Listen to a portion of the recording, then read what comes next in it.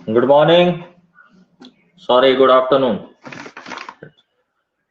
Who all are there in class? Radhika, Divya, Rahul, Sunil, Satish, Rahul Kumawat.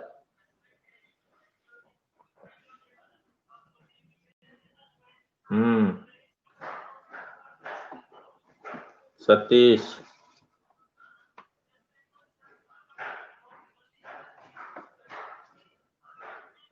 Okay. Divya. कृष्णव नहीं है आज class में. फिशा आ गई.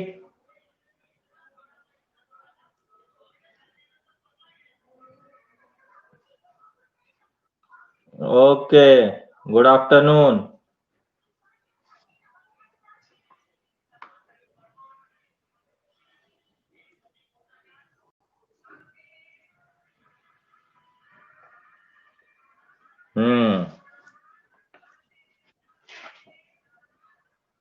Okay. Last class हम history का चैप्टर नंबर 1 कर रहे थे, फ्रेंच रिवॉल्यूशन वाला. फ्रेंच रिवॉल्यूशन में हमने पेज नंबर 7 तक का टॉपिक कवर कर लिया था. आज हमको स्टार्ट करना है पेज नंबर 8 से, the outbreak of the revolution. The outbreak of the revolution topic से स्टार्ट करेंगे. सब कोई निकालो हिस्ट्री में page number 8, the outbreak of the revolution. निकाल लिया सबने? The outbreak of the revolution, page number 8. Page number 8, the outbreak of the revolution निकाल लिया सबने?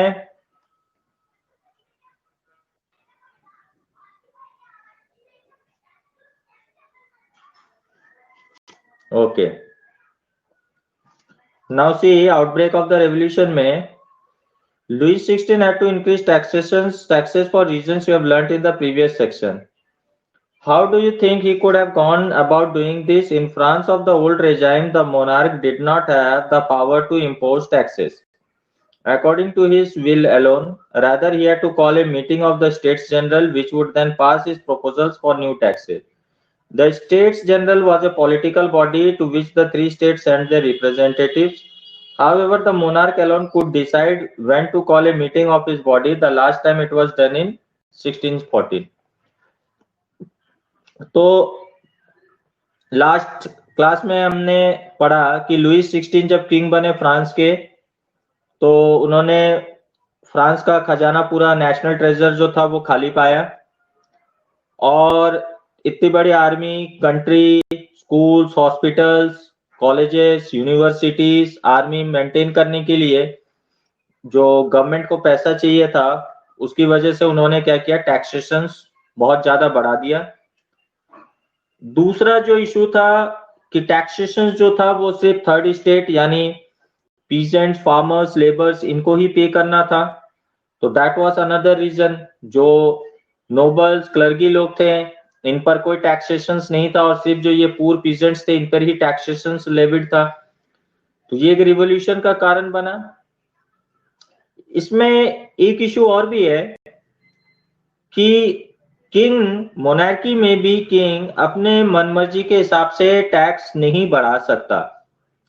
अगर मान लो कि किंग को टैक्स बढ़ाना है या टैक्सेशन में रिव्यू करना है, तो उसको तीनों स्टेट्स के रिप्रेजेंटेटिव्स को साथ में लेकर, जिसको जनरल, स्टेट जनरल कहते हैं, उसको कंसल्ट करने के बाद में ही जो है, उनके द्वारा पास किए जाने के बाद ही जो है वो डिसीजन लिया जा सकता है.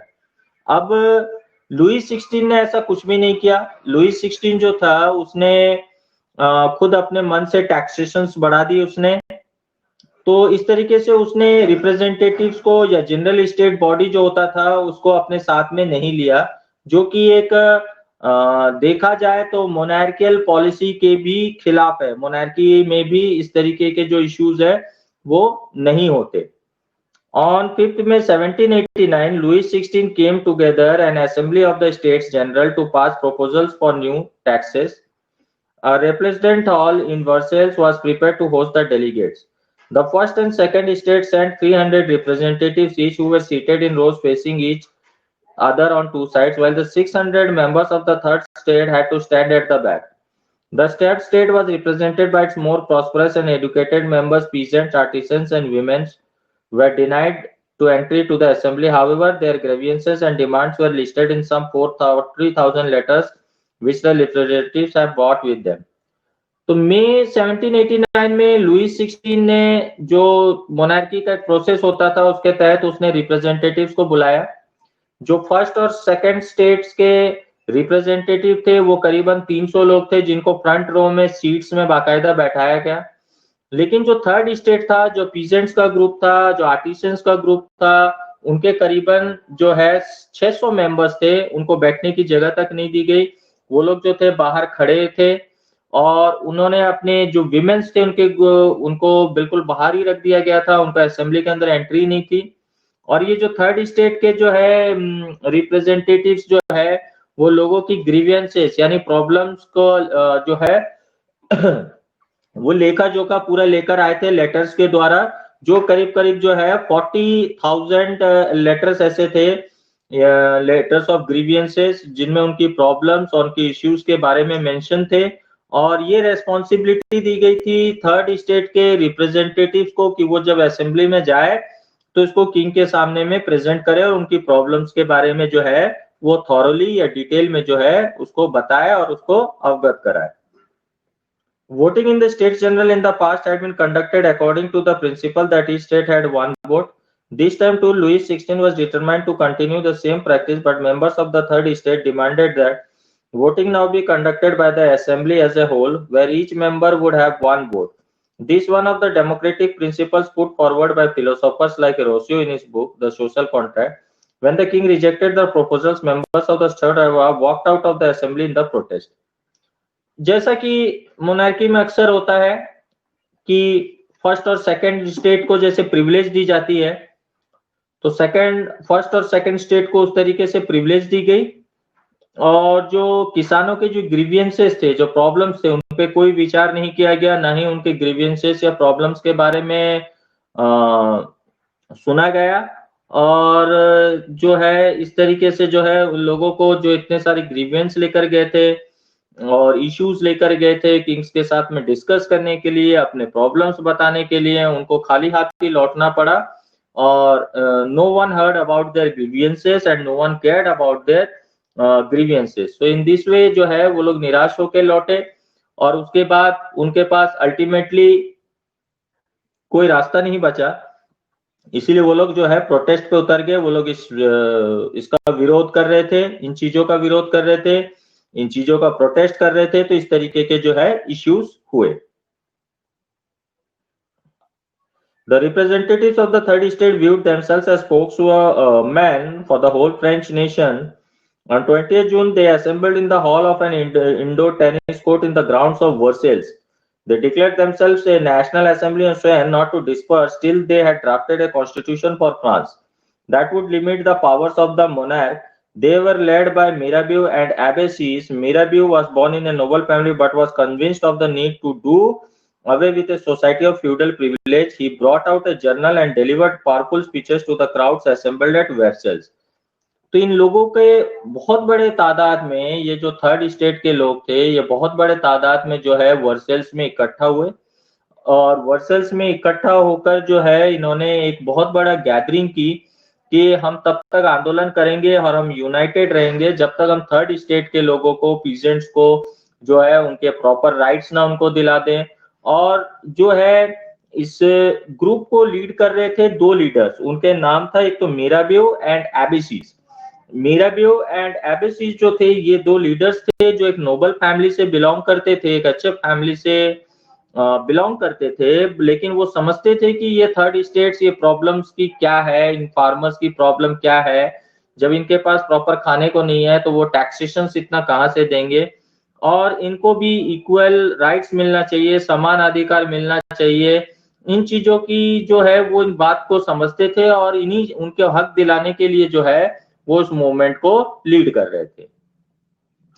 Abbassies, originally a priest, wrote an influential pamphlet called What is Third State. ये एक पुजारी भी थे अबिसीज जिन्होंने बहुत सारे इंस्पायरिंग पैम्पलेट्स बनाए कि थर्ड स्टेट के बारे में बताते हुए जो है जागरूक करते हुए इन्होंने कई पैम्पलेट पोस्टर्स भी बनवाए। While the National Assembly was busy at Versailles drafting a constitution, the rest of France seethed with turmoil. A severe winter had meant a bad harvest. The price of bread rose. Often bakers exploited the situation and hoarded supplies. After spending hours in long queues at the bakery, crowds of angry women stormed into the shops. At the same time, the king ordered troops to move into Paris. On 14th July, the agitated crowd stormed and destroyed the Bastille. अब इसके बाद में वहां पर issue हुआ France में कि बहुत ज्यादा सर्दी पड़ी, जिसकी वजह से फसल अच्छे से नहीं हो पाई, हार्वेस्ट बहुत खराब रहा और जो खाने पीने की चीजें थी स्पेशली जो ब्रेड उसके रेट बहुत ज्यादा बढ़ गए और कुछ जो बेकर्स थे उन्होंने कालाबाजारी शुरू कर दी। उन्होंने सामानों को राशनों को होर्ड करना जो है शुरू कर दिया। लोगों को अब जो है खाने की चीजें अवेलेबल नहीं हो पा रही थी। काफी लंबा लाइन, घंटों लाइन में लगने के बाद एक ब्रेड मिलता था बड़ी मुश्किल से। उसके बाद भी they didn't have enough money to buy the breads and ultimately भूख के कारण एंड पोवर्टी के कारण जो है उनका सब्र टूट गया और ये जो लोग थे ये लोग सड़कों पर उतर आए और उन्होंने तोड़फोड़ जो है शुरू कर दी। In the countryside, rumors spread from village to village that lords of the manor had hired bands of brigands who were on their way to destroy the ripe crop.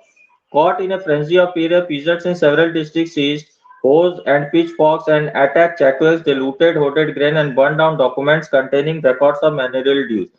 A large number of nobles fled from their homes, many of them migrating to the neighbor countries. फिर एक issue और हो गया कि जो farmers थे, जो किसान थे, उनमें इस तरीके की खबर फैल गई इस तरीके का कि टैक्सेशन के नाम पर जो उन्होंने अनाज उगाए हैं अपने मेहनत से, जो थोड़े बहुत अनाज उगाए हैं वो टैक्सेशन के नाम पे उनसे छीन लिया जाएगा, उस पर आग लगा दी जाएगी। इस पर उन्होंने क्या किया, जो खेतों के हथियार होते थे जो हार्वेस्ट करने के लिए होते थे, इन सब चीजों को लेकर उन्होंने जो है लूटपाट और शुरू कर दी। उन्होंने जो तुम्हारे जो सरकारी दफ्तरों को आग लगा दी, डॉक्यूमेंट्स जला दिए और इस तरीके से जो बहुत नोबल्स थे, जो ऑफिसर्स थे और उनको जो है अपनी जान बचाकर जो है भागना पड़ा। वो दूसरे दूसरे जगह में अपनी जान बचाकर भागे। Faced with the power of his revolting subjects, Louis XVI finally accorded recognition to the National Assembly and accepted the principle that his powers would from now on be checked by a constitution. On the night of 4th August 1789, the Assembly passed a decree abolishing the feudal system of obligation and taxes. Members of the clergy too were forced to give up their privileges. Theatres were abolished and lands owned by church were confiscated. As a result, the government acquired assets worth at least 2 billion livres. इसके बाद में situation को देखते हुए Lewis 16 को जो है जो किंग थे उनको अहम फैसला लेना पड़ा। जो फर्स्ट और सेकंड स्टेट को टैक्सेशन नहीं देना पड़ता था उन्होंने वो राइट्स हटा दिया। अब उनको भी टैक्सेशन देना अनिवार्य था, उनको भी उनसे भी अब टैक्सेस लिया जा रहा था। बहुत सारे जो चर्चेस थी उनकी प्रॉपर्टी को सीज कर दिया गया और इस तरीके से ये डिसीजन लेने के बाद में करीबन जो किंग थे या किंगली ट्रेजर था उनको 2 मिलियन लिवर्स का जो है रेवेन्यू जनरेट हुआ। इतना पैसा उनके पास में आया फर्स्ट और सेकंड स्टेट से टैक्सेशन लेने के बाद। तो इस तरीके से जो है ये मूवमेंट्स होने के बाद में जो है इस तरीके के लॉस में इंप्लीमेंट किए गए और इस तरीके के जो है चेंजेस किए गए।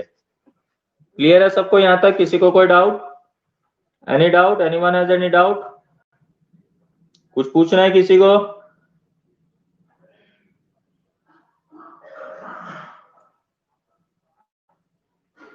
ओके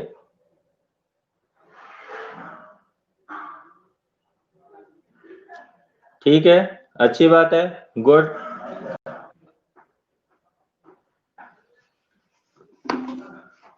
अब आते हैं हम page number 10। France becomes a constitutional monarchy. The okay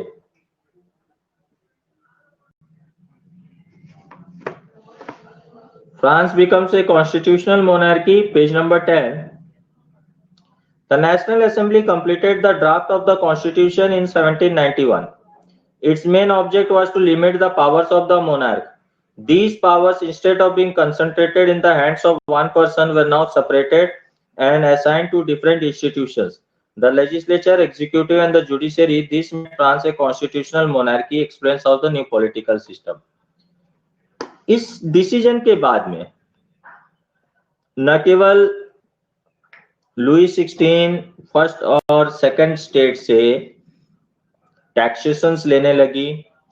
taxations जो नहीं दिए उनके काफी सारे प्रॉपर्टी भी सीज किया गया। ये चेंजेस तो हुए। इसके साथ में कुछ चेंजेस और भी हुए कि फ्रांस का एक कॉन्स्टिट्यूशन बनाया गया, एक संविधान बनाया गया जिसमें पावर्स डिवाइड किए गए। एग्जीक्यूटिव, लेजिस्लेचर, जुडिशियरी, ये 3 पार्ट्स जो है वो डिफाइन किए गए, डिस्टिंग्विश किए गए। इस तरीके से जो फ्रांस जो है वो एक टोटल मोनार्की से जो है कॉन्स्टिट्यूशनल मोनार्की बनी। The Constitution of 1791 vested the power to make laws in the National Assembly, which was indirectly elected. That is, citizens voted for a group of electors who in turn chose the assembly. Not all citizens, however, had the right to vote. Only men above 25 years of age who paid taxes equal to at least 3 days of labor's wage were given the status of active citizen. That is why they were entitled to vote. Constitution बना 1791 में, जिसके तहत representatives को elect करना था उनके assembly के लिए। लेकिन उसमें क्लॉज था, जो वोटिंग राइट्स थी वो सबको नहीं दी गई थी। वोटिंग राइट्स जो थी वो सिर्फ उन लोगों को दी गई थी जो 25 इयर्स ऑफ एज के जो मैन थे या उससे अबव थे, यानी 25 साल और उसके ऊपर के एज के जो मैन थे, सिर्फ उन्हीं को वोटिंग राइट्स दी गई थी। अगेन उसमें भी इशू था, उसमें भी वही लोगों को वोटिंग देने का राइट था जिनका जो हाई टैक्स पे करते थे, यानी जो एक 3 दिन के लेबर चार्ज के बराबर जो टैक्स पे करता था या हाई टैक्स पेयर्स जो थे, सिर्फ उन्हीं लोगों को गवर्नमेंट चुनने का या वोट देने का जो है अधिकार था। बाकी लोगों को जो है वोट का अधिकार नहीं दिया गया। तो इस तरीके से कॉन्स्टिट्यूशन की तो बात की गई, असेंबली की बात की गई, लेकिन जो है इसमें भी जो है भेदभाव किया गया। The remaining man and all women were classed as passive citizens. इसके अलावा जो नहीं था इस कैटेगरी में, उनमें से किसी को भी वोट देने का अधिकार नहीं था, प्लस विमेन्स को तो बिल्कुल ही नहीं था, उनको तो सिटीजन्स में काउंट ही नहीं किया जाता था। तो इस तरीके से कॉन्स्टिट्यूशन की बात की भी गई लेकिन राइट्स भी नहीं दिया गया।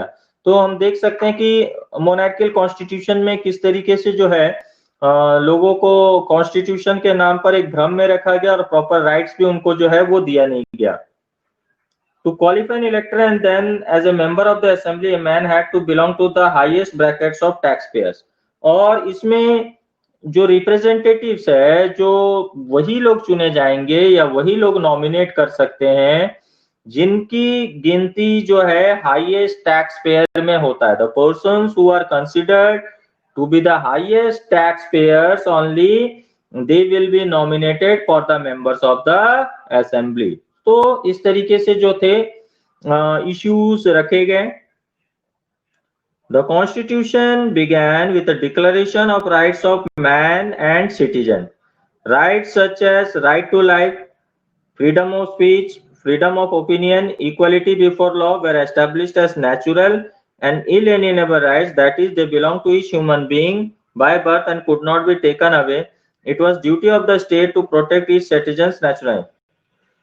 कॉन्स्टिट्यूशन ने एक डिक्लेरेशन दिया। डिक्लेरेशन क्या दिया कि हम लोगों को बहुत सारे राइट्स देंगे, जैसे राइट टू लाइफ, अपने तरीके से जीवन जीने का, फ्रीडम ऑफ स्पीच, बोलने की आजादी दी जाएगी, फ्रीडम ऑफ ओपिनियन, अपना राय, अपनी सोच, अपनी वक्ता की जो है उसकी आजादी दी जाएगी, कानून के सामने सबको इक्वल ट्रीट किया जाएगा।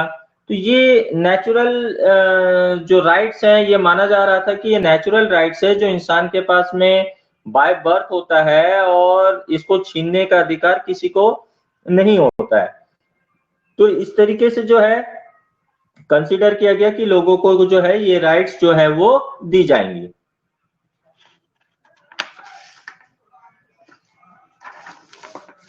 ये हम देख सकते हैं पेज नंबर 12 और 13 में। ये पॉलिटिकल सिंबल्स हैं, जैसे हमारे देश में अलग अलग पॉलिटिकल पार्टीज का सिंबल होता है। कांग्रेस का हाथ चिन्ह है, बीजेपी का कमल फूल है। इस तरीके से ये जो है पॉलिटिकल सिंबल्स हुआ करते थे। ब्रोकन चेन्स और rods of passage, symbol of royal power, ये सारे जो है अलग अलग जो है सिंबल्स या प्रतीक चिन्ह हुआ करते थे फ्रांस के। ये वाला टॉपिक तुम्हारा page number 14, France abolishes monarchy and becomes a republic, ये टॉपिक तुम्हारा कट चुका है।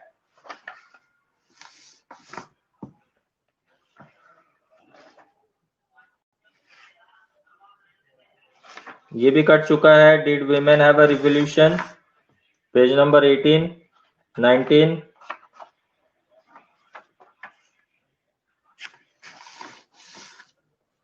एबोलिशन ऑफ स्लेवरी भी कट चुका है, page number 21।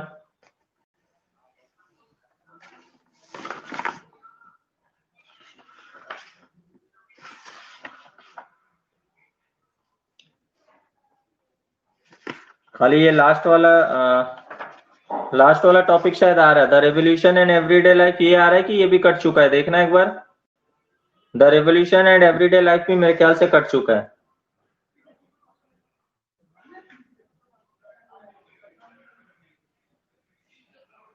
The revolution and everyday life भी कट चुका है ना?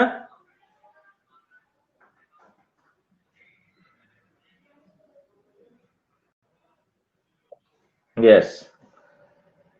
तो इस चैप्टर में से बस इतना से ही पार्ट आ रहा है।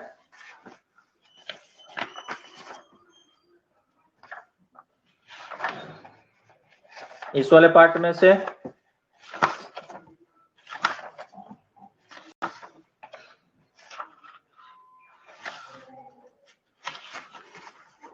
अब रशियन रिवॉल्यूशन जो है सेकंड वाला पार्ट चैप्टर, ये करना है अपने को। इस चैप्टर में से देखो अब क्वेश्चंस तुमको क्या करने हैं मैं बता दूं थोड़ा सा, क्या पढ़ना है इतने से पार्ट में से तुमको क्या क्वेश्चंस।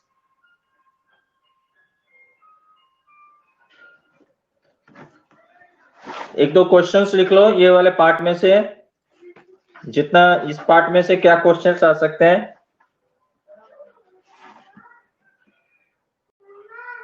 कॉपी में लिखो,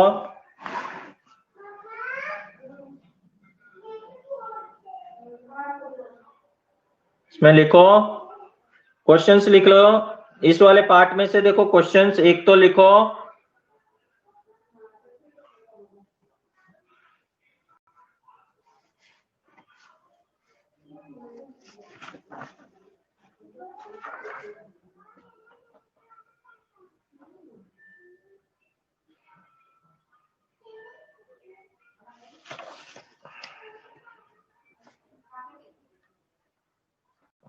How was the French society?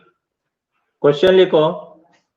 How was the French society divided? How was the French society divided during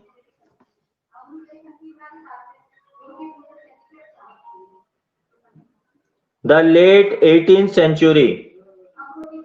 How was the French society divided during the late 18th century? I am repeating it again. How was the French society divided during the late 18th century? तो इसका answer में वो लिखोगे, the French society was divided into 3 states. पहला states, second states में कौन कौन थे? Clergy, nobleman. थर्ड में द पीजेंट्स। तो इस तरीके से जो फ्रेंच सोसाइटी थी वो 3 पार्ट में डिवाइड हुई थी। ये इसका आंसर लिखोगे इसमें बुक में से। लिख लोगे आंसर या लिखा के दूं? लिख लोगे आंसर देख के बुक से या लिखाना पड़ेगा?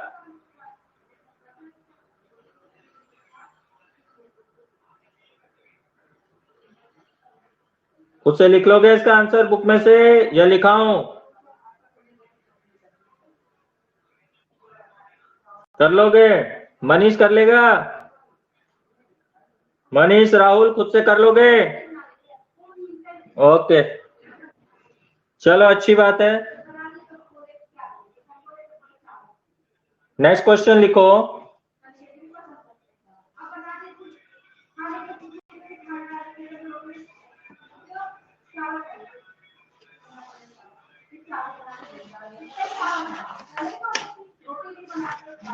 How did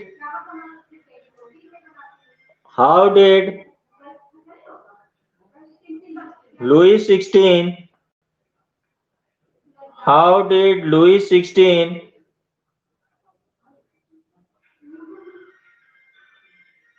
planned to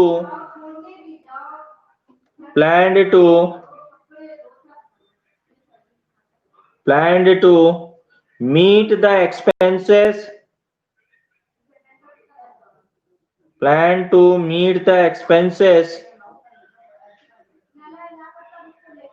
to maintain the huge army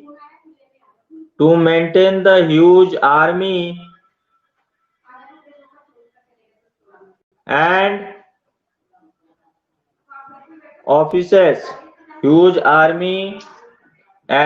offices.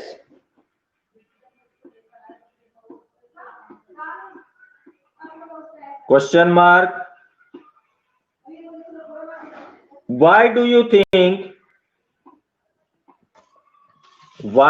think he did so? Why do you think he did so?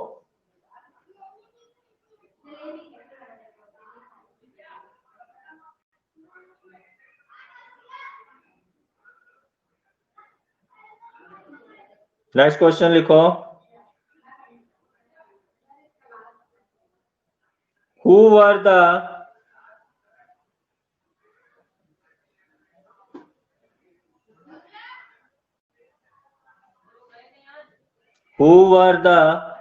middle class? Who were the middle class?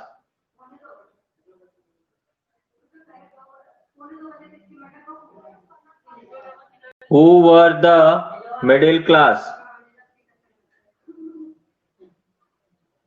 इसका आंसर पेज नंबर 6 में दिया हुआ है। Page number 6 में देख लेना। Who were the middle class?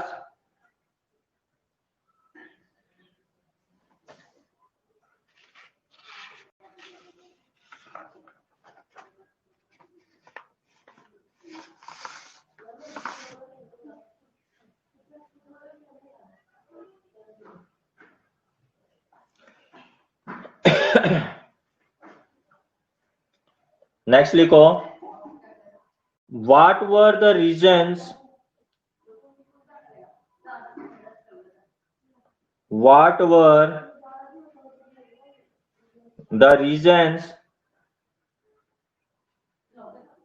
the revolt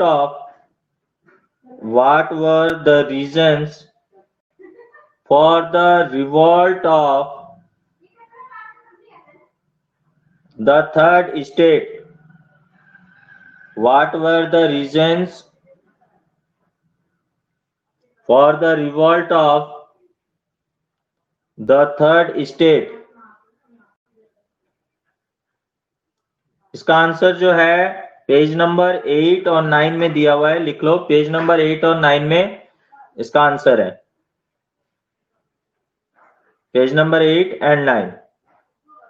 last question.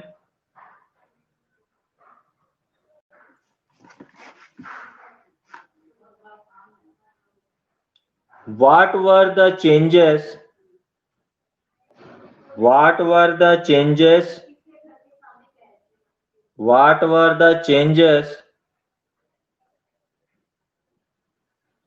or the new decisions?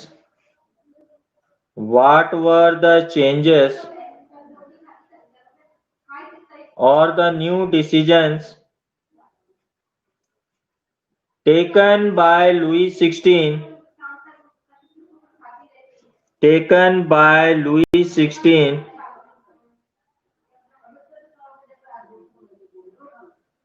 immediately after the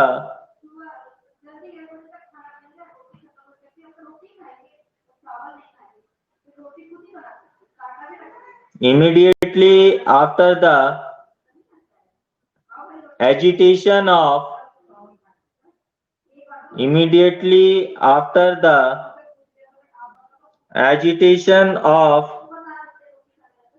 the third state.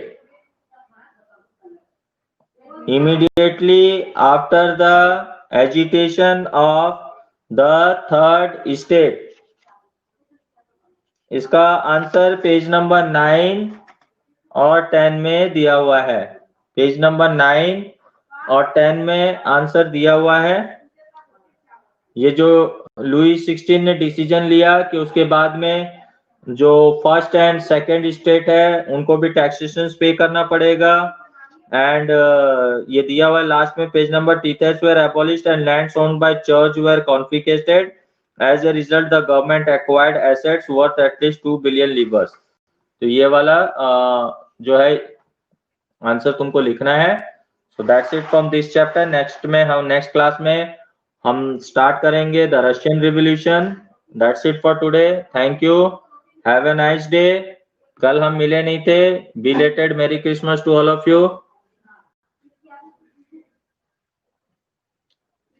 Okay. Bye. Enjoy your Sunday and belated Merry Christmas. कल हम मिले नहीं थे इसलिए आज विश कर रहा हूँ। ठीक है, बाय।